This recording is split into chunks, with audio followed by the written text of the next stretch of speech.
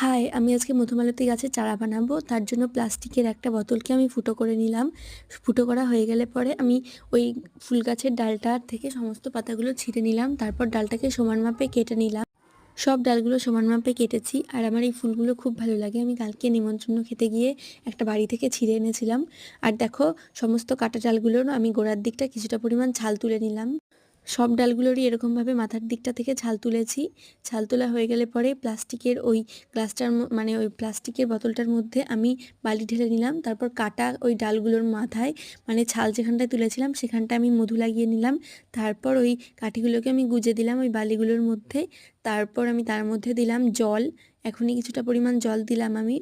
জল দেওয়ার পর আমি ফ্যাঙ্গিসাইড হিসেবে ডালগুলোর মাথায় দিয়ে দিলাম নেল পালিশ।